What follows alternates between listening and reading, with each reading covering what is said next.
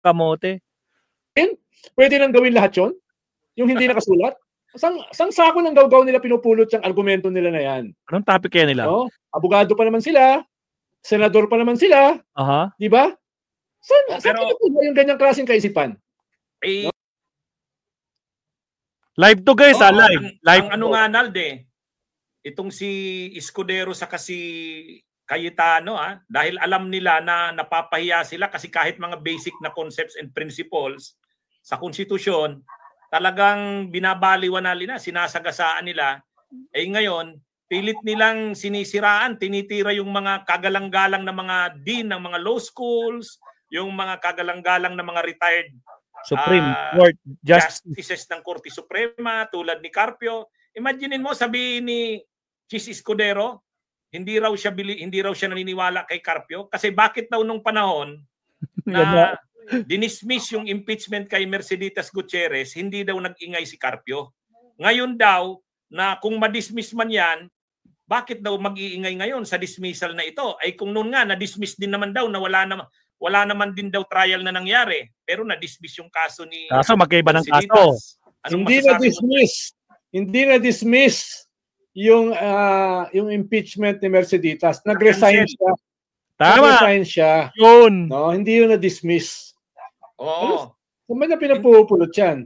Sabi rin niya kay Adolf Ascuna, kung talagang gusto nyo na mabilisan yung impeachment, pag sumampa sa Senado, dapat ang nilagay nyo hindi forthwith. Dapat ang nilagay nyo immediate. Diba? Diba ba? Matatawa ka na lang Matatawa ka na lang No? Alam mo, ito si Senate President Chis Escudero, kung nag-iba siya ng career, halimbawa siya ay naging inventor, no? Tingin ko mas kikilalanin siya kung siya ay naging inventor. No, nag-iimbento siya ng mga bagong salita, bagong definisyon at bagong konstitusyon. 'Di ba? Bagong konstitusyon, lalo-lalo na ikaw, Atty. Enzo, kabisado mo yung konstitusyon. Ano ba konstitusyon yung ini-invoke ni Chis? Ano ba sabi nga ni Laila, may sarili ng konstitusyon si Chis. Mga kabsat, alam nyo, ang pumapatok sa isip ko, si Atty. Claire, ang next natin. Pero mukhang exciting to, live to Tungkol na naman sa impeachment O sige, tuloy. Tama. Inventor. No? Anyway, si Cayetano din, sabi rin ni Cayetano, kailangan daw munang i-resolve yung issue ng jurisdiction. Actually, tama yun, Nald. Hindi mo naman mapipigilan yung defense na erase ang issue ng jurisdiction. Pero, dapat ang pag-resolve doon ng Senado, sasabihin nila, noted yung ano nyo. Pero wag tayo, hindi dapat pinapangibabaw ang mga technicalities sa kaya mga procedural issues na yan. Kasi ang espiritu talaga ng impeachment, dapat madinig yung matrial talaga Kaya nga nakalagay sa Constitution the Senate must try and decide. Trial. At saka pagkatapos ng trial, mag-decide. Paano? Gusto nilang alisin yung trial and decide Gusto nila dismiss ka agad. Sabi pa ni Cayetano, we could. But should we? Ibig sabihin niya, pwede namin i-dismiss. Ang tanong ay, dapat ba i-dismiss? So, may ganun siyang nuancing. No? Para ma-soften yung possible dismissal, ang sinasabi niya, pwedeng i-dismiss, pero dapat ba? Parang yung remand. Yun yung role ni Cayetano Yun yung role ni Cayetano. Ang soften, di ba? Ang soften. Tapos ngayon, yung remand, ang sabi nung kanilang bagong spokesperson, si Tonggol, no? Anong sabi niya? Hindi naman remand. Referred. No, ni-refer daw, no? Media raw ang nagkamali. Pero mo sinisi pa yung media? Kung hindi ba naman mga ugok? Yung media pa ang sinisi. Ang linaw-linaw nung sinabi nilang remand at ang linaw-linaw nung ibig sabihin ng remand. Diba linaw-linaw na sila yung abogado ni Sara dahil yung kanilang justification sa remand ay yung i-file ni Sara na kaso sa Supreme Court para i-dismiss yung kanyang impeachment na nilabag ng Kongreso yung 1-year ban sa impeachment na isa lamang ang dapat per year.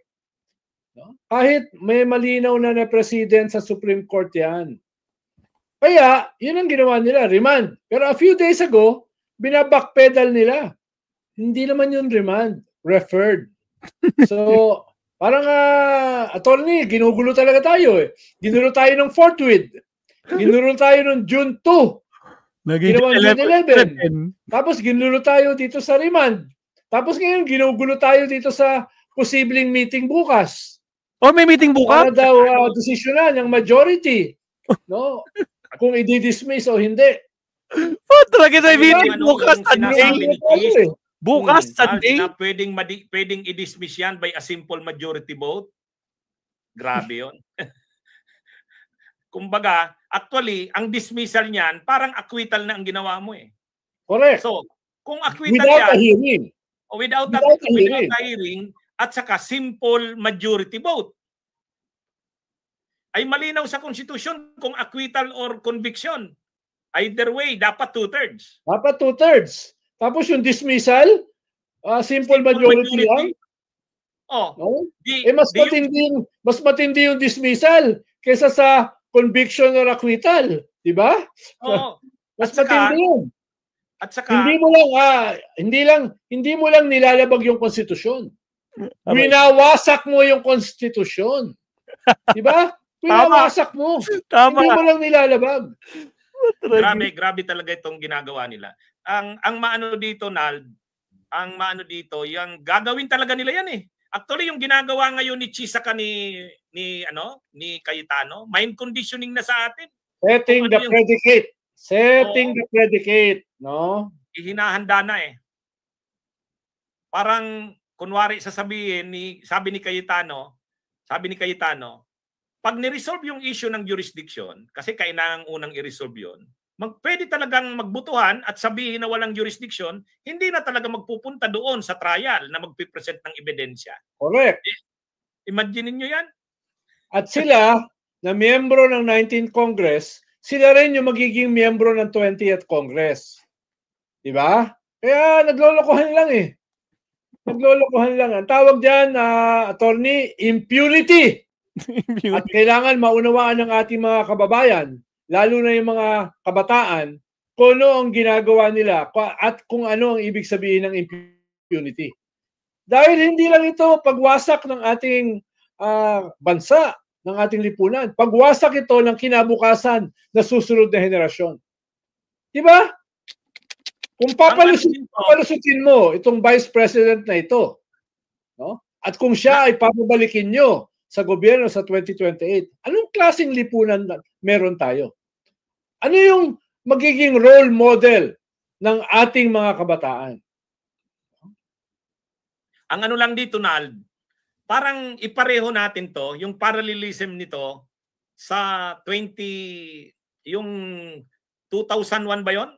2001 yung impeachment ni ERAP, di ba? 2000 and 2001, December sa January yun eh. So ngayon, yung kay ERAP, nag-proceed sa trial. Pero pagdating na doon sa second envelope, na yun na yung damaging na ebidensya na magpapakita talaga ng katiwalian ni ERAP, pinatay na yan ng mga senador na kakampi niya. 11-10 ang boto. Diba? Diyan sumayaw si Tese Aquino Oreta nung makuha nila yung 11. Pero nagalit ang taong bayan, nag-walk out ang mga prosecutors, tapos tumungo na sa EDSA. Ngayon naman, ang mangyayari dito, magdidebate tungkol doon sa issue na nire-raise ng defense, yung tungkol sa jurisdiction, yung issue ng, yung mga niraise nila sa answer ad cautelam, yung void ab initio ang, actually napapansin mo, Nald, hindi nila ginagamit doon sa kanilang answer ad cautelam, yung articles of impeachment. Fourth impeachment complaint. Kasi para sa kanila, wala yung articles of impeachment kasi nga ni-remand daw eh.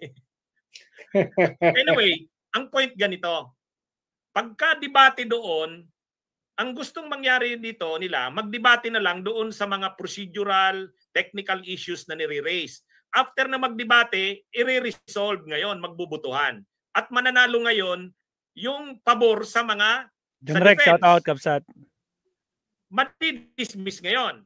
Hindi na magpuproceed sa trial. So parang By simple majority. Ay, simple majority. Leonardo, andyan ka pala. Nung kay ERAP.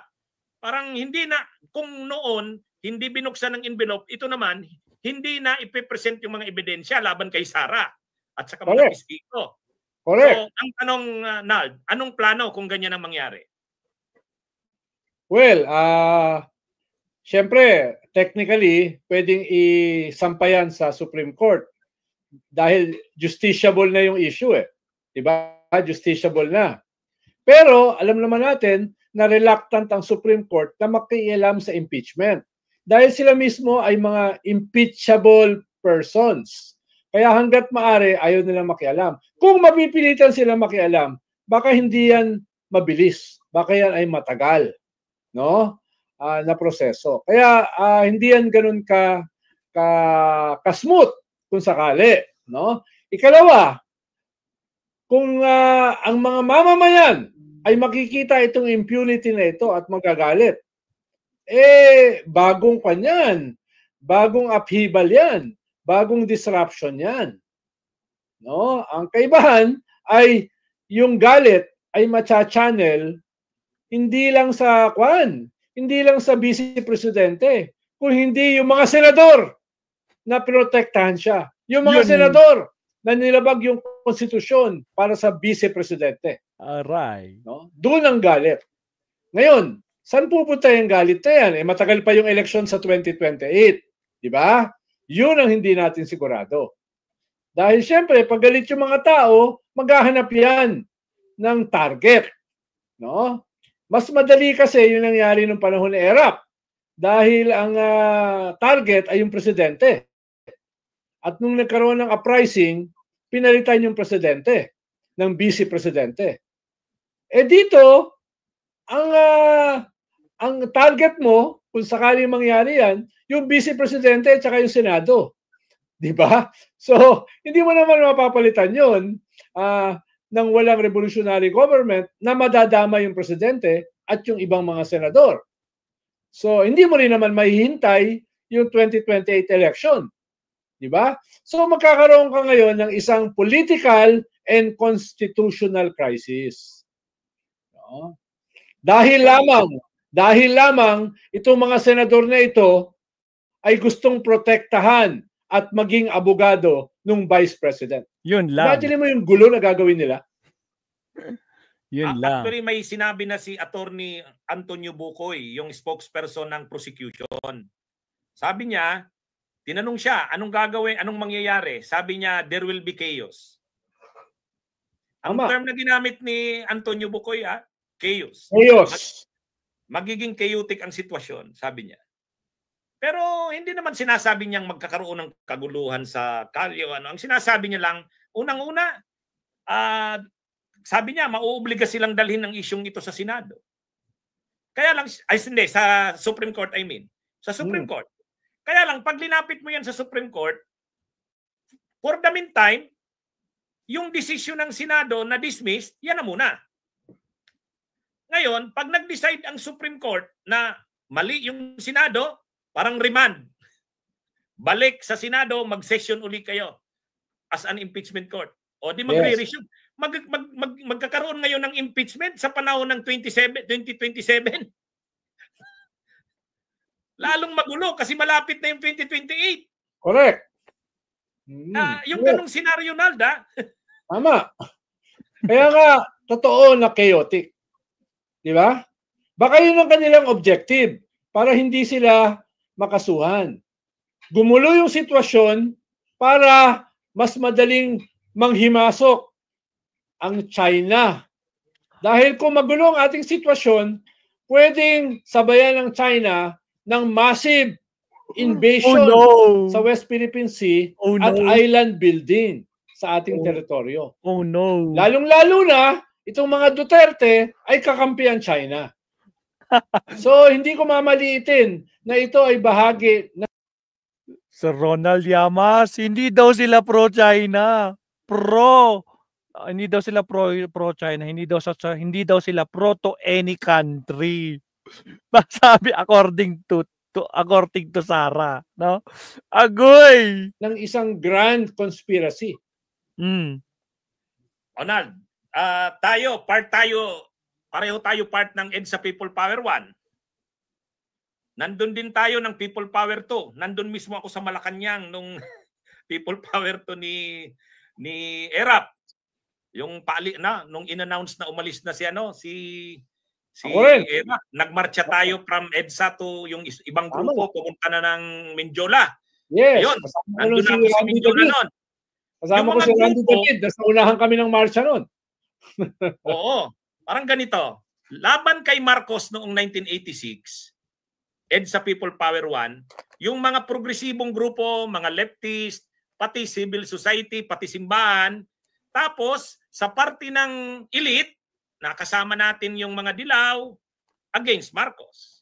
Nung EDSA People Power 2 na naman, mga progresibong grupo na naman, mga leftist, mga civil society, simbahan, may porsyon na naman ng ruling elite na nakakasama tayo, yung grupo nila Arroyo at iba pa na mga nahatak nila against ERAP. Ngayon na naman, tayo na naman yung same group. Progresibo, mga leftist, civil society, tapos sa simbahan, sumasama rin naman sa atin, at porsyon na naman ng elite. Itong mga kongresista sa Kamara, kasama natin dito, yung mga pumirma sa impeachment, nag-endorse, kasama natin. So, ano ang posibilidad ng another people power era? Ronald? Well, lagi naman nandun yung possibility. Ang sinasabi ko nga kanina, ang kaibahan, ang people power, usually ang target niyan, yung pinuno. Diba? Ang head of government. Dahil ang magiging alternative diyan is a change of government. Diba? Nung 86, nung 2001, no? So, yun yung mga nangyari. Pero dito, Vice President kasi yung may sala yung ini-impeach. Mga senador yung nagdepensa at nag-abogado sa kanya. So, medyo hindi ganun kalinaw, sino ba ang papaltan mo? Dahil yung gobyerno ay hindi naman yung vice presidente.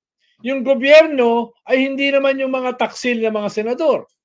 Yun ang kaibahan. No? Ang problema, pwede mong i-weaponize yan papunta sa 2028 election. Pero medyo malayo pa No? Medyo malayo pa. Kaya yun yung magiging problema sa ganitong klaseng chaotic situation. At dahil magulo, yung mga nagpaplano halimbawa ng revolutionary government, no, ay pwedeng pumasok at i-weaponize nila yung disenchantment ng mga tao, hindi lang laban sa vice-presidente, hindi lang laban sa Senado, kundi pati sa buong gobyerno.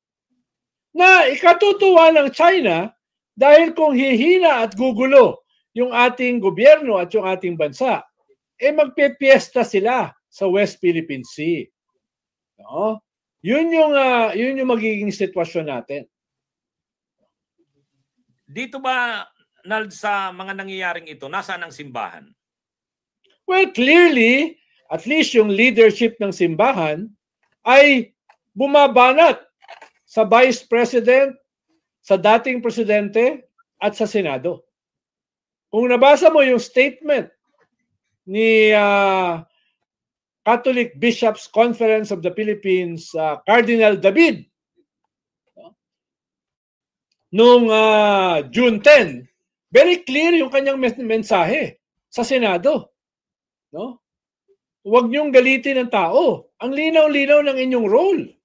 Ang linaw-linaw ng hinihingi ng konstitusyon. Dinelay niyo na nga, pagkatapos yung i-delay, gusto niyo pang isabotahe. Malinaw yan. At hindi lang yung Katoliko, pati yung mga Protestante sa National Council of Churches of the Philippines, NCCP, pati mga evangelicals led by Bishop Tendero, no? So, hindi lang ito Katoliko. Malinaw yung posisyon ng simbahan. Katulad nung nahuli si Digong, naglabas ang CBCP ng statement. This is about accountability. Very clear yung kanilang posisyon. Very clear. Kaya kung sakaling hahatulan itong mga senador na ito, I'm sure kasama ang simbahan sa hahatol. No? Hindi sila makikialam doon sa i-convict ba o hindi. Hindi sila papasok doon. Pero minimum gusto nilang masunod yung trial.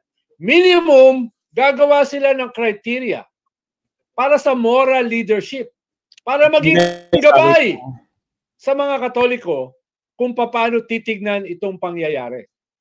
Itong mga mangyayari. It's about moral leadership.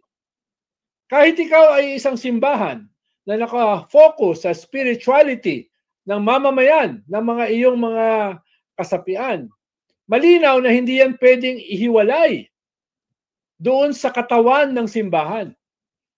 Hindi pwedeng disembodied yung katawan sa spirito. Magkasama yan.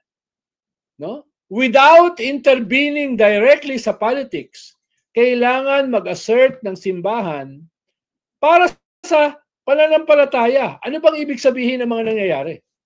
Para sa pananampalataya, sang-ayon ba tayo sa extrajudicial killings? Para sa pananampalataya, sang-ayon ba tayo sa massive corruption? Para sa pananampalataya, no? Sang-ayon ba tayo sa betrayal ng ating bansa?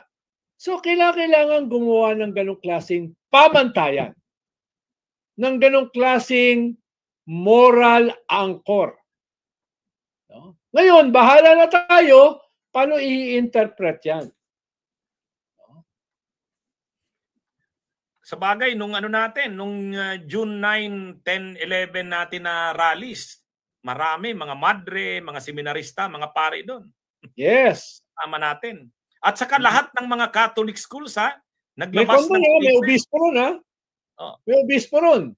Kasama ko doon si Archbishop Iñiguez. No? Kasama ko pa siya noon. No? Ito, Nal, malaki kasi ang magiging role ng Senate President dito sa impeachment.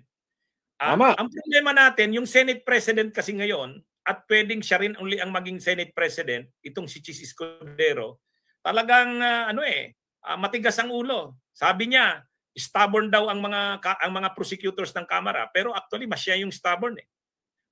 Dinadaan niya lang sa mga pakyut-pakyut, mga lalim na Nagalog eh. Pero sa totoo nakakasuka si Chis Escudero.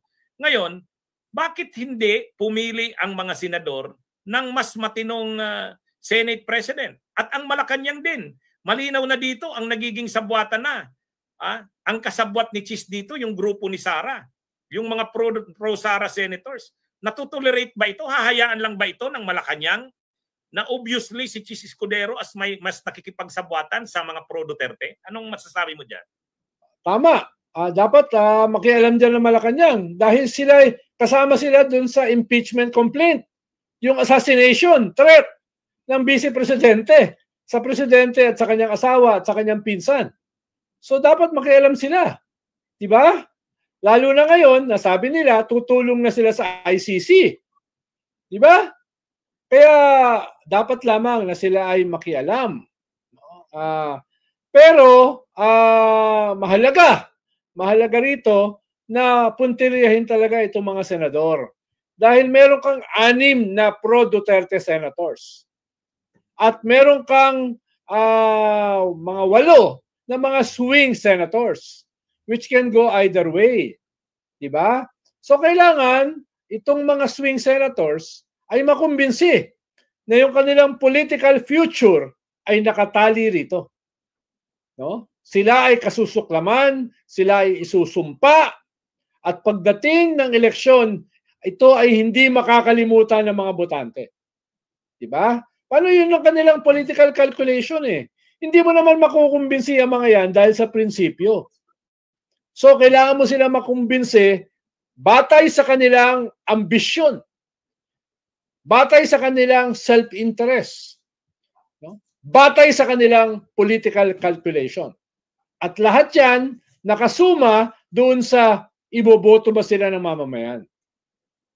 Kaya kinakailangan ng groundswell ng support para sa impeachment at kinakailangan ng groundswell ng galit doon sa magsasabotahe ng impeachment bago pa man magkaroon ng trial.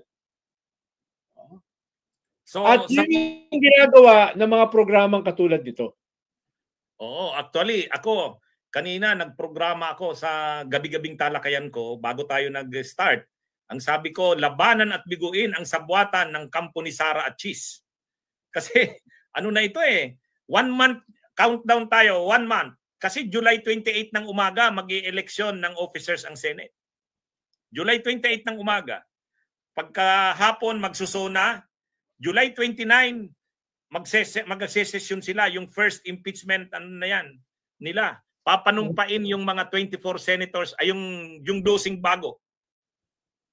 Yung mga senators na hindi pa nakapanumpa, sila Marcoleta, manunumpa. At pagkatapos niyan, magsisimula ng pagdebatehan yan, yung answer ad cutilam na mga issues na ni-raise ng defense. Kaya tayo, magiging tayo dito, dapat nito na, araw-araw siguro, mula 28, 29, 30 hanggang susunod na mga araw.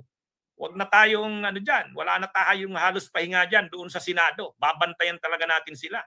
Tama. Kaya uminom ka ng maraming vitamins sa attorney. No? Baka kapusin tayo, hindi na tayo bumabata. Sabi mo nga, dalawang revolusyon na yung pinagsamahan natin.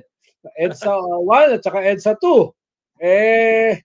Medyo hindi naman tayo bumabata at hindi rin naman tayo ganoon na kalusog. So kinakailangan talaga natin na magpalakas para diyan baka yun na yung huli nating bakbakan di ba?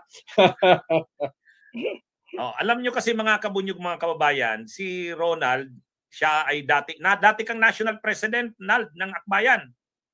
Founding president noong 97. 97 at party president for 15 years. Ang Akbayan, national political party yan na lumaban din sa party list. Pero hindi yan katulad ng mga tradisyonal na mga political parties. Progresibo yan. Ganon din ang bunyo. Senador, meron kami mga mayor. Yun lang, bawal kasi sa party list na magpatakbo sa Kongreso. Medyo nawiwirduhan ako doon sa ruling na yun. Pwede kami magpatakbo ng senador, pwede kami magpatakbo ng mga mayor, councilor, pero hindi kami pwede magpatakbo ng kongresista. Hindi, ang gagawin nyo dyan, Nald, gagayahin nyo yung LP. Ang mangyayari, ang rule kasi ganito, ang political party, kung mag-field siya sa legislative districts, dapat magtayo siya ng party list na sectoral wing. Kumbaga yung party list niya, yung sectoral wing. Pero yun yata yung ginawa nung mamamayang liberal. Dahil hindi pwedeng dalhin yung Liberal Party sa party list. Just as yung mamamayang liberal, hindi pwedeng magpatakbo sa distrito. Hindi, ang gagawin nyo sa Akbayan, ang Akbayan, hindi na siya party list. Political party na. Tapos magbubuo na siya ng sectoral arm. Actually, yan yung mangyayari sa Bunyog ngayon kasi hindi na kami pwede sa party list. So, yung Bunyog, magiging na lang siyang political party, parang liberal, pero magbubuo kami ng sectoral wing. Di, yung mga gusto sa amin tumakbo sa distrito, sa Bunyog na namin papatakbuhin. Pwede. Sabi kasi, medyo sentimental yung party list Dahil kami yung nagkampanya para magkaroon ng party list law. Diba? Kami yung mga starter ng party list. Kaya medyo may emotional, sentimental value. Bagaman, malinaw naman na limitado na yung party list. Lalo na ngayon, na masyado nang nababoy yung party list. Diba? Kaya kasabay nyo sa mga unang laban, yung bayan muna noon, wala na ngayon. Hindi na makakalaban. 2 beses ng natalo. Anyway, yung Pawis, wala na rin. Yung APEC, wala na rin. Di ba? Marami nang wala Yung Anak Mindanao, wala na rin. No? Maraming wala eh. Yun yung mga nasa original. Ha? Anyway, Nald, para makadiscuss tayo ng iba pang topics, mapag-usapan natin si Senadora Risa. Okay. Ano bang... Stop muna tayo dyan, Mabsat. Kasi tingnan ko yung oras, it's already 10:08. Sumobra na tayo. So nakaka na rin tayo, Mabsat, no? Naka 1 hour, 24 minutes, almost 1 hour, 30 minutes. Sabi ko, isang oras lang, Mabsat, na so extended na. Alam niyo naman na sinabi ko may gagawin tayo mamaya. Kailangan ko rin matulog na at least 2 hours bago magbiyahe. So, pasensya na, Mabsat, puputulin ko. Puntahan niyo na lang sila Attorney Recto, Mabsat. Naka-live pa po. Pag-uusapan nila si Madam Risa. Live po yung pinapanood natin ngayon. Pero, I'm sad to say, Mabsat, kailangan din ni Maestro mamahinga. Kung maalala nyo, hindi pa po maganda ang condition ng paa niya. Paako pala. ng paako. Medyo, tapos magdadrive pa tayo. So, kailangan po magpahinga ni Maestro para safe naman yung mga kasama ko mamaya. Baka mamaya magalit sila sa akin. Nagpupuyat tayo. Baka magtampo sila. Alright, Mabsat. So, kita-kita lang tayo sa ating next live stream. Bukas, wala akong live stream, Mabsat. Pero mag-upload ako. Ito yung i-upload ko bukas. Kaya ako nag-live ngayon. Kasi wala akong live stream bukas. I-upload ko to. Ikakat ko to mga to. So, 2 episode ni Attorney Recto ang i-upload ko. Itong first part ng episode niya ngayon, tapos yung kanina, kung paano niya dinurog si Sarah sa kasinungalingan na si Digong lang daw ang nag-iisang Asian. So again, mamaya ako mag-start. Maraming salamat po. Good evening sa lahat. Huwag kalimutan mag-like, subscribe. Sa muli, Mabsat, pasensya na. Sana maintindihan niyo. Mahal na mahal ko kayo, Mabsat, pero kailangan ko din ingatan yung mga sarili natin. Tsaka siyempre may mga guests akong kasama. Safety first muna, Mabsat. Right, thank you very much, Mabsat. Hanggang sa muli, Maestro Paul is signing off. Maraming salamat. Di ko na kayo mababati. Ang dami niyo, Mabsat. Thank you very much. Hanggang sa muli, paalam.